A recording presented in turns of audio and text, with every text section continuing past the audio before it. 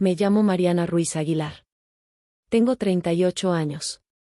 Vivo sola en un departamento en Guadalajara, en la colonia americana, en un cuarto que da a un patio donde siempre hay olor a café y a ropa tendida. Trabajo como archivista en un pequeño museo municipal, y mi vida ahora es una sucesión de noches en vela, cafés fríos sobre la mesa y la sensación persistente de que estoy en pausa, viendo pasar el resto desde dentro de una vitrina de cristal. Mi familia y yo llevamos años en silencio. Mi madre vive en la casa grande en Zapopan, mi hermana Lucía está a punto de casarse y yo intento recomponerme sin que nadie vea las grietas. Antes de entrar en esto por completo, si te interesan historias reales que parten el pecho, considera suscribirte.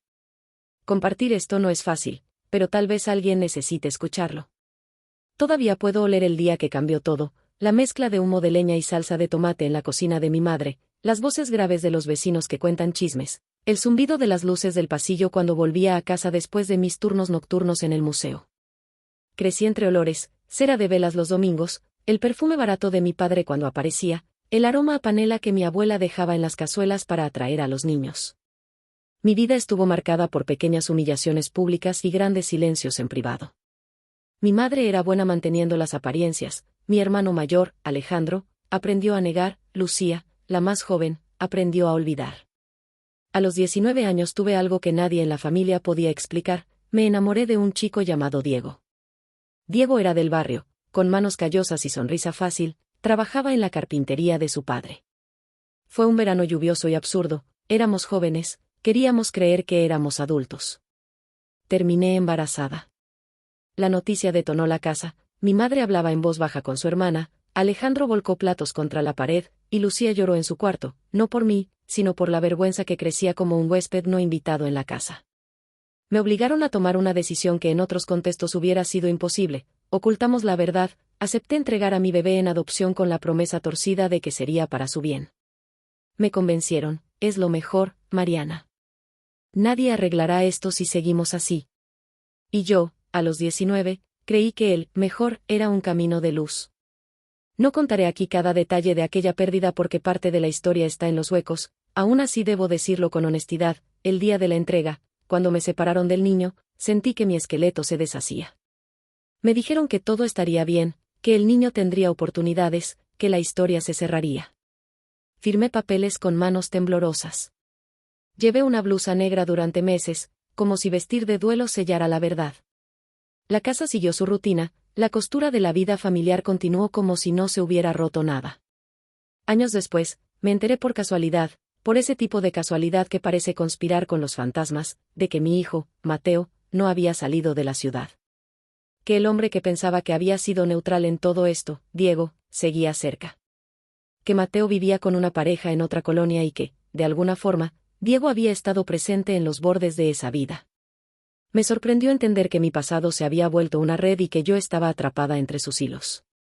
Y la mayor puñalada, supe que Diego iba a casarse con Lucía. Mi hermana menor, la que me parecía de porcelana, estaba por entrar a un matrimonio cuya base estaba a tientas sobre los restos de mi secreto. Lucía me pidió que no fuera a la boda. Me llamó una semana antes, la voz temblándole por motivos que no supo explicar. Mariana, no quiero escándalos. Si vas, todo puede salir mal. ¿Puedes por favor quedarte en casa y verla por la transmisión, por favor? Me lo pidió como quien pide que no empuje una puerta que ya se está cerrando.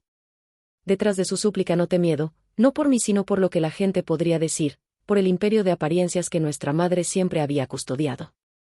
Sabía que si yo entraba a la iglesia, si me sentaba con la espalda recta y la cara compuesta, alguien podía preguntar, alguien podía recordar. El apartamento donde vivo tiene un sofá gris que parece haber absorbido todos mis silencios. La ventana da a la calle donde las mañanas huelen a pan recién horneado y a gasolina. Encendí la tele. Puse la transmisión en la pantalla grande.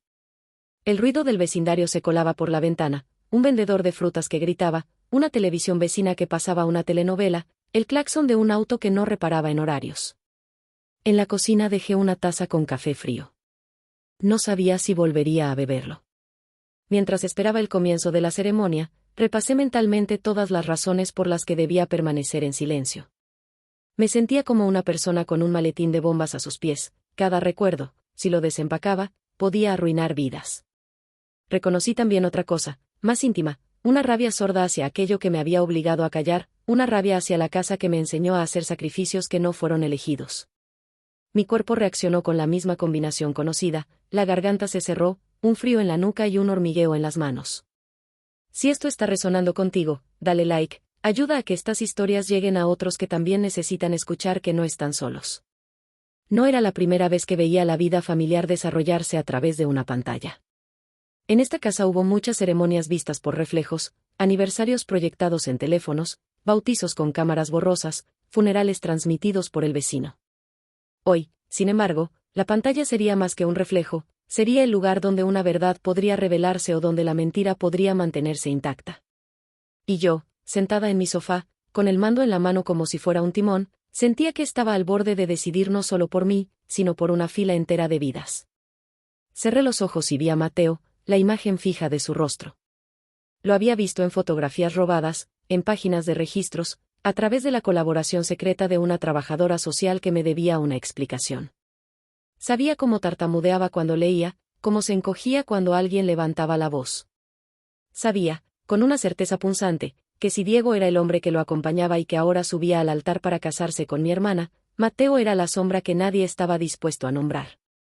La idea de que un niño viviera en el corredor de una mentira, protegido por la misma casa que me había empujado a su abandono, empezó a arder en mi pecho. En esa mezcla de recuerdos y adrenalina pasé horas. Mi teléfono vibró una vez, era un mensaje de Lucía, gracias por entender. No respondí. En la pantalla, el presentador de la transmisión habló en voz grave, como si esta boda fuera una producción telemática: damas y caballeros, bienvenidos a la boda de Lucía y Diego. Y el sonido de la iglesia llenó mi sala. El olor del café se mezcló con el último humo del cigarrillo que había apagado en el cenicero. Mi pulso se clavó en las sienes. La petición de Lucía resonaba como una cuerda tirada: quédate. Yo la obedecí. Vi la boda desde el sofá, como pidió, pero lo que ocurrió después no fue lo que ella esperaba. Ella nunca olvidará lo que hice. Y en este momento, sentado frente a ti, me doy cuenta de que esa frase late con una justicia cruel que aún no comprendo del todo. Te contaré cómo llegué a eso, porque me senté en ese sofá y por qué, cuando la luz de las velas parpadeó en la pantalla, tomé una decisión que partió a mi familia en dos. El día de la boda amaneció caluroso, con un aire denso y pesado que hacía que la ciudad pareciera una olla que no quiere hervir. La iglesia, una construcción alta y aún húmeda por la llovizna de la madrugada, olía a cera y a flores frescas. Afuera, los vendedores ofrecían abanicos y botellas de agua a los invitados nerviosos. Desde mi ventana la calle se veía como una pequeña procesión: autos decorados con lazos, hombres con corbatas negras que se ajustaban el nudo como quien intenta contener el pánico, señoras que se aplicaban labial en los espejos de los autos. Sentía una distancia que pesaba. Hace años me hubiera gustado entrar, sentarme en el banco más atrás y observar en silencio, como quien espía sin intención. Pero esa posibilidad había sido clausurada por Lucía con una simple llamada. En el otro extremo había un silencio tejido de consentimiento. Mi madre, antes de colgar, comentó en voz baja: que Mariana entienda que no es conveniente.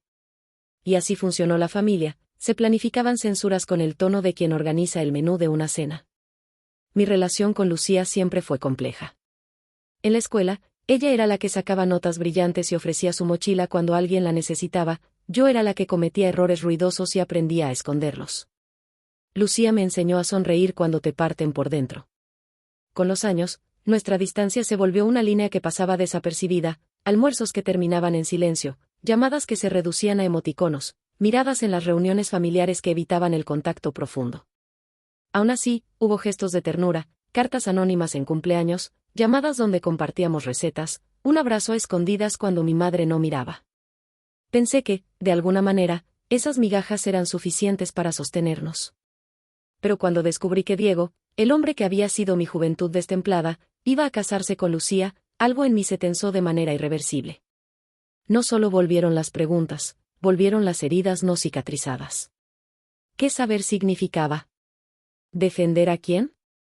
¿Qué peso tenía un secreto frente a la seguridad de un niño? Y en el tejido de esas dudas, la imagen de Mateo se hizo más urgente. Supe, con una claridad que me asustó, que no podía seguir siendo la guardiana silenciosa de una verdad que afectaba a alguien que era, en sangre o en corazón, mío. Antes de la boda contacté a quien me había ayudado a encontrar a Mateo, la trabajadora social, Ana. Hicimos citas, hablé con abogados, pedí informes anónimos. Había señales que me inquietaban, golpecitos en la historia de Mateo que hablaban de gritos, de un hogar donde la violencia se escondía en la rutina. Nada era concluyente. Pero hubo una tarde, en la que la ciudad parecía moverse a cámara lenta, en que me entregaron una carpeta con fotografías, una en particular me derrumbó. Allí estaba Mateo, con unos ojos que eran mi propio espejo, parado frente a una mesa donde Diego ayudaba a servir, como si la presencia de un padre fuera algo que se ofrecía en porciones. En otra foto, Diego alzaba la voz, Mateo encogía el cuerpo. El miedo no vino de la imagen sola, sino de la certeza de que nadie en la familia estaba hablando. Diego se presentaba como un hombre trabajador, responsable, Lucía lo veía como quien ve seguridad. Yo vi en él a un hombre que no había enfrentado su pasado y que, si la violencia existía, la repetiría con facilidad. La conciencia de que mi hijo vivía bajo esas sombras me apuñaló. Cada noche me acostaba pensando en la posibilidad de que un día más de silencio permitiese que el daño creciera. Tomé decisiones prácticas, recopilar pruebas, hablar con la abogada, preparar una carpeta que pudiera presentarse si era necesario. Pero había un problema moral que no me dejaba en paz: exponer la verdad significaría destruir el ideal de Lucía, romper la ceremonia sagrada que ella había imaginado. Podía ver la mirada de mi madre, el rostro enrojecido de Alejandro cuando las cosas se ponían feas. ¿Tenía derecho a arrebatarles eso, aun si hacerlo salvaba a Mateo? Mi corazón se dividía, como si fuera una calle donde dos autos chocaran y ninguno quisiera ceder. Noches enteras pasé escribiendo y borrando mensajes que no iba a enviar, componiendo un plan inverosímil: quedarme en casa, ver la boda por la transmisión, si durante la ceremonia había signos claros de que Mateo estaba en peligro, actuar. ¿Qué acción? La idea de llamar a las autoridades en vivo me parecía absurda y traumática. Lo que sí tenía claro era que debía llevar algo que no fuera solo palabras, pruebas. Hice llamadas tímidas a laboratorios para obtener una prueba de paternidad que certificara lo que yo sospechaba. La burocracia me golpeó con su lentitud, pero encontré aliados: una genetista de nombre Laura, que me atendió en la madrugada y accedió, por una tarifa y por razones éticas, a revisar unos restos de documentación que yo llevaba. En otro tiempo, nunca me hubiera atrevido a buscar esa puerta. Hoy, la desesperación me empujó. Mientras armaba esa red de auxilios, me encontré con la memoria de otra traición: la forma en que mi madre había escondido su alcoholismo durante años, o cómo Alejandro había apartado la mirada cuando requería coraje. Cada recuerdo volvía para confrontarme con la pregunta clave: ¿de qué lado del borde quería estar? ¿De la mentira que protege o de la verdad que hiere? Una tarde, ya con pruebas preliminares, fui a la casa de Lucía. La encontré en el jardín, acomodando las flores que usaría la dama de honor, la cara concentrada, el pelo recogido con una horquilla que le daba un aire juvenil. El sol golpeaba las tejas y las mariposas saltaban alrededor de las macetas. ¿Cómo estás, Mari?, preguntó como si no existiese entre nosotras una pila de papeles invisible. Te veo inquieta, agregó. Le mentí. Le dije que era nervios porque no dormía. Ella me miró con esa mezcla de compasión contenida y superioridad que aprendimos en la casa. Si necesitas algo, llámame, dijo. Y yo supe que no podía. Puse todo en una carpeta y volví a mi departamento. Esa noche dormí media hora. El sueño se me escapó como agua entre los dedos. Cada vez que cerraba los ojos, veía la iglesia, el altar, a Lucía yendo hacia él, y a Mateo en algún lugar que yo imaginaba oscuro. Me sentí culpable por querer proteger a un niño en contra de la estabilidad emocional de mi hermana. También sentí una claridad peligrosa: cualquier decisión que tomara desde ese punto no tendría vuelta atrás. Y aún así, hay momentos en la vida donde la claridad y el miedo se presentan juntos, y te dicen que actúes. Terminó por formarse un plan. Quedaría en casa. Vería la transmisión. Sí, durante la ceremonia, la interacción entre Diego y Mateo, si es que Mateo estaba presente, mostraba indicios de daño. Yo intervendría de la manera más directa posible, haría que la evidencia llegara a quien correspondiera. No era heroísmo, era una última tablita que lanzaba a un agua helada. Si no había señales, me guardaría la carpeta y seguiría con mi vida, con mi culpa intacta como una herida que cicatriza mal. Si esto te mueve de alguna forma, comenta abajo, quiero leer lo que piensas. A veces, leer a otros me ayuda a poner orden en este caos. La tarde entró con una luz rojiza que parecía tragarse los contornos. Encendí la transmisión, me acomodé en el sofá y me tapé con una manta vieja. Afuera, una camioneta pasó tocando su bocina como si quisiera anunciar algo que ignoraba. En el interior, mi pecho martillaba como si quisiera salir y detener la ceremonia con las manos. Me dije una y otra vez que no haría nada sin certezas. Pero las certezas llegan en momentos extraños, una llamada, una palabra, un gesto en la pantalla. Y cuando vi la primera imagen en pantalla de la iglesia, supe que no sería una noche común.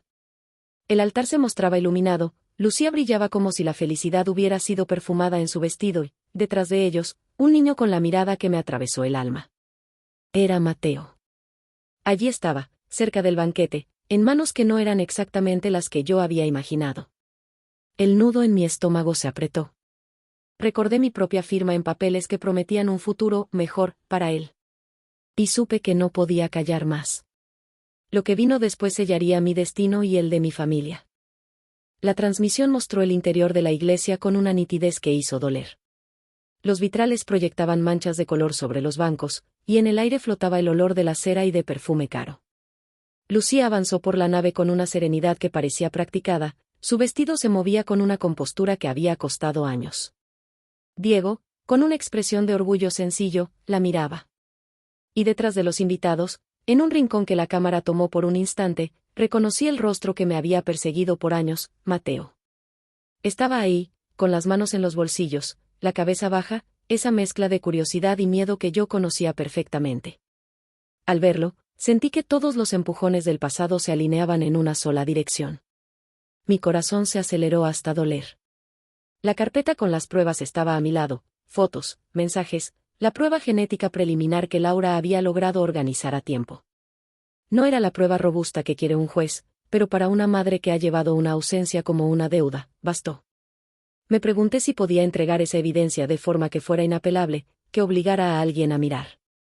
La opción de llamar a una línea de protección infantil en ese instante me pareció frívola y peligrosa, no habría intervención inmediata, y eso podía dejar a Mateo desprotegido por días. Pensé en ir a la iglesia, interrumpir la ceremonia, declararlo todo con voz alta, que la verdad saliera como un pinchazo de luz. Pero Lucía me había suplicado que no fuera, su petición había sido una trampa emocional. Era probable que si me presentaba, la familia me divorciara de sus afectos para siempre. De pronto, improvisé una salida técnica, la transmisión tenía una ventana de chat público donde los asistentes virtuales y algunos conectados podían dejar comentarios. No era la forma ideal, pero era directa.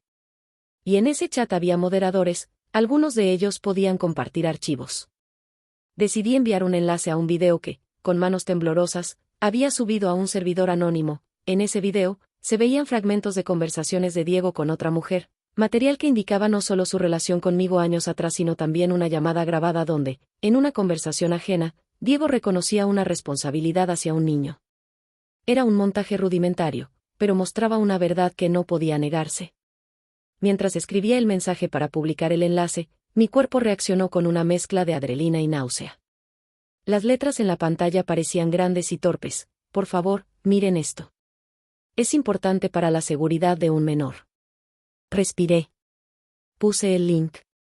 Pulsé enviar. Fue un acto pequeño y monstruoso. En el sofá, el silencio fue un animal que no se cansaba de gruñir. El chat explotó en reacciones. ¿Qué es eso? ¿Quién posteó esto? Bloqueen. Entonces, como si el destino fuera un director de escena cruel, la transmisión se detuvo brevemente por un corte técnico. No sabría decir si era casualidad o el resultado de una administración que pretendía contener el escándalo. Mi pantalla mostró un aviso: se restablecerá la señal en breve. Mi pecho se tensó y las manos me sudaron. De la ventana emergieron llamadas de familiares que no esperaba, mi madre, preguntando por qué la transmisión estaba caída, y Lucía que, en un mensaje privado, escribió: Mari, ¿qué pasó? Sin querer, abrí el video en el navegador, como quien busca confirmar una herida. El video no era perfecto. Mi voz temblaba, porque mientras lo editaba había recordado al niño pequeño que solía cantar una canción inventada, y el peso de la culpa me había hecho llorar. En la imagen se veían fotogramas, Mateo en la mesa con Diego, una voz fuera de cámara que reñía, un audio de Diego diciendo: no quiero que eso le pase a mi hijo, una frase que, fuera de contexto, sonaba a arrepentimiento pero que también mostraba vínculo. Añadí un fragmento donde Laura, la genetista, explicaba en términos técnicos la posibilidad de que una muestra coincidiera, lo suficiente para plantear una sospecha verosímil. Subí el archivo, lo compartí en el chat público y luego esperé. Lo que vino fue una cascada. El presentador de la transmisión, sin saber qué había pasado, intentó calmar el chat. Estamos experimentando problemas técnicos, por favor mantengan la calma. Pero alguien en la iglesia, un primo de Diego conocido por su curiosidad, abrió la cuenta del chat proyectada en la pantalla grande. En segundos, la gente dentro de la iglesia vio lo mismo que yo, la ventana del chat con el enlace. Alguien dejó que un teléfono se asomara al proyector, y la imagen del video se proyectó en la pared lateral como una sombra inmensa sobre los invitados. La música se interrumpió. Las risas se apagaron. Lucía, en el altar, sintió que su mundo se derrumbaba. Vi en su rostro una transición que no olvidaré, de la felicidad a la incredulidad, de ahí a la ira, y finalmente a un dolor que la dejó temblorosa como una lámpara a la que quitaron la bombilla. La gente comenzó a murmurar, algunos aplaudieron por costumbre, otros se cubrieron la boca. Diego palideció, sus manos se cerraron en puños. En la pantalla, el video mostró las imágenes que había recogido, mi voz se oyó saliendo como algo ajeno y sin control. No voy a relatar cada insulto ni cada grito.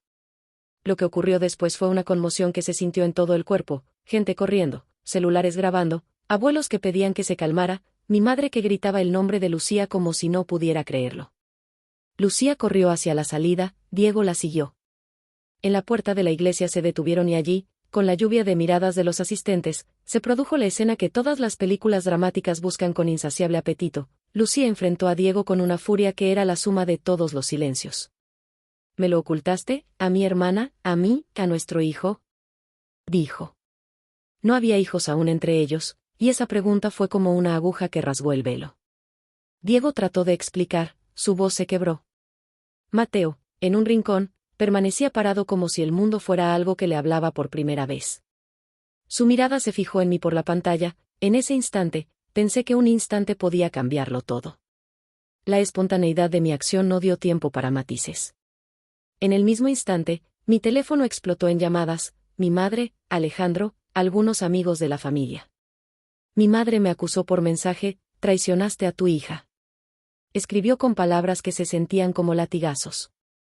Lucía me llamó. Contesté porque necesitaba escuchar su voz. ¿Por qué?, preguntó apenas. No logré decir nada coherente al principio, mi garganta era un laberinto. Terminé diciendo, no podía seguir callando. La línea se cortó. Ella colgó. Los días posteriores fueron un huracán, la boda se suspendió, la familia se fracturó, y la ciudad, que siempre tuvo hambre de morbo, se acercó con cuchillos de opinión. Aparecieron periodistas preguntando por una historia que yo solo había permitido que empezara a salir de su cripta. Mateo fue localizado por servicios sociales que acudieron a la iglesia tras la denuncia de un asistente, le ofrecieron protección mientras se investigaba. Fue una mezcla de alivio y dolor, estaba a salvo, pero el precio había sido la destrucción del sueño de Lucía. La familia me acusó de insensible, de buscar venganza. Otros, en cambio, me llamaron valiente. No voy a disfrazar lo que hice con heroísmo. Lo hice porque no podía mirar a un niño que llevaba mi sangre, o la posibilidad de mi sangre, y no actuar. Lo hice con torpeza, con rabia, con miedo. Vi la boda desde el sofá, como pidió, pero la pantalla dejó de ser un velo y se convirtió en un arma. Ella nunca olvidará lo que hice. Lucía me miró con una mezcla de odio y desolación que se me quedó pegada al rostro como peastina húmeda. Me acusó de robarle el día más importante de su vida. Y, efectivamente, lo hice. Pero también le esposé a la verdad que ella no pidió, y que ahora sería su carga. En los días que siguieron, las entrevistas y las acusaciones fueron llegando. Mi madre dejó de hablarme por semanas. Alejandro me insultó en la calle. Lucía me bloqueó en sus redes y cambió su número. Yo pasé noches enteras mirando la foto de Mateo en mi teléfono, preguntándome si aquello que había hecho lo había salvado o si lo había lanzado a un abismo que solo yo veía como necesario. Mientras tanto, los servicios de protección infantil trabajaban y la investigación sobre la paternidad se inició formalmente. La casa se partió en dos, pero al mismo tiempo también se abrió una puerta que nadie quería abrir, la de las verdades antiguas. Mis acciones habían forzado una investigación que sacó a la luz detalles que la familia había escondido durante años. Mi madre, al verse acorralada por las miradas, comenzó a revelar pequeñas cosas, la manera en que nos habían protegido a costa de mentiras, las noches en que el padre había llegado borracho y nosotros habíamos fingido dormir, las veces en que nos unimos para ocultar un desliz. No fue una confesión total, pero sí una grieta en la muralla. Alejandro quedó descolocado, siempre había pensado que proteger el apellido era su trabajo. Lucía, herida y traicionada, no quiso escucharlo. Mientras las investigaciones seguían su curso, Mateo fue atendido por psicólogos infantiles asignados por la institución. Nos dieron la opción de contacto supervisado, no fue algo que esperara, pero lo acepté con un temblor de esperanza. En uno de esos encuentros, vi a Mateo a través de un cristal en una sala blanca. Era un niño que sonreía despacio, con reservas, como si no estuviera seguro de si la sonrisa podría sostenerse. Me acerqué a la ventana y le dije su nombre en voz baja. Él me miró y asintió. Fue un pequeño permiso que me hizo llorar por primera vez con algo parecido a redención. Pero las consecuencias no fueron solo emocionales, vinieron también en forma de amenazas y de juicios moralistas. Algunas personas, con tono de sentencia pública, dijeron que había arruinado la vida de Lucía, que había desatado una humillación pública que no se perdonaba. Otras, más discretas, me agradecieron en mensajes privados por haber sacado a la luz una verdad que, para muchos, era una bomba. Entre ese rumor constante, me sentía como una pieza que nadie podía ubicar en el rompecabezas familiar. Hubo reuniones largas y tensas en la casa de mi madre donde se intentó mediar. Mariana, ¿qué querías?, me preguntó mi madre, con la voz convertida en un filo. ¿Que se perdiera todo lo que hemos construido? Lucía cruzaba la sala como viento que no roza, y Alejandro mostraba un enojo que dolía en la boca. Intenté explicar, decir que no fui heroína sino una mujer con miedo. Hice lo que pude, no como la hija perfecta, sino como la madre imperfecta que tuve que ser, aún sin ser madre. Pero nadie quiso escuchar con calma, la emoción fue más fuerte que el razonamiento. La policía interrogó a Diego, había explicaciones que sonaban a excusas y a arrepentimientos. Mateo fue puesto bajo custodia temporal de un familiar distante mientras se evaluaba su situación. Eso me golpeó, mi hijo lejos de mí, en manos que no conocía, con la sensación de que quizá mi acto había sido suficiente para salvarlo, pero insuficiente para unirlo a mí. Quería ser radical en mis deseos, deseaba poder abrazarlo y arreglarlo todo con ese abrazo, como si los años no hubieran dejado cicatrices. Durante ese tiempo entré de lleno en terapia. No era algo que se viera en la familia como un signo de fortaleza, por el contrario, hablar con un profesional era considerado por algunos como comedia de humo. Pero yo necesitaba entender la trama en la que me había movido. Las sesiones me obligaron a enfrentar no solo la culpa presente, sino los abusos y omisiones que me habían conformado. Hablamos de la mujer que me crió, una madre que había sacrificado su calma por la apariencia, que vendía cariño a cambio de silencio. Hablamos de cómo la pobreza y la vergüenza construyen celdas en las que aprendemos a vivir sin preguntar. Y hablamos de la idea de la maternidad como un título que unos pueden dar y otros robar. Mientras tanto, la relación con Lucía se volvió un silencio tenso. Ella me dejó cartas con palabras cortas y duras: traidora, egoísta, rompiste lo que no debía romper. En algún momento pensé que ella podría entender que mi fallo había sido intentar reparar la injusticia de una forma que la hería a ella. Pero la herida que tuve que abrir era también la suya, y eso la hizo sangre. Nos encontramos una vez en la puerta de la escuela de un sobrino, ella cruzó la calle para evitar que nuestras miradas se tocaran. Su memoria del acto fue indestructible, ella no olvidaría lo que hice.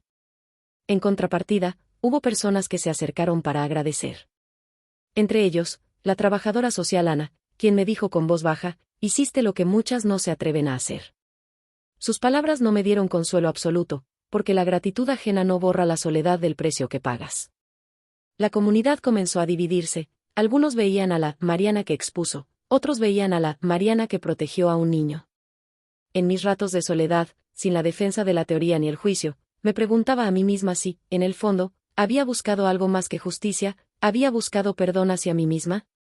Quería que la verdad me redimiera. Legalmente, la investigación avanzó. Se ordenó una prueba de ADN formal. Laura, aquella genetista que me ayudó con la preliminar, testificó a favor de que la coincidencia genética era plausible y que las probabilidades iban en una dirección. Diego fue interrogado por la fiscalía, negó cuando pudo, explicó cuando no tuvo otra y pidió perdón cuando la evidencia se lo obligó. Al final, el juez dictaminó medidas de protección para Mateo y abrió una investigación de custodia. No entraré en tecnicismos judiciales, solo diré que el proceso fue lento y que cada día sin Mateo a mi lado era una pequeña rendición.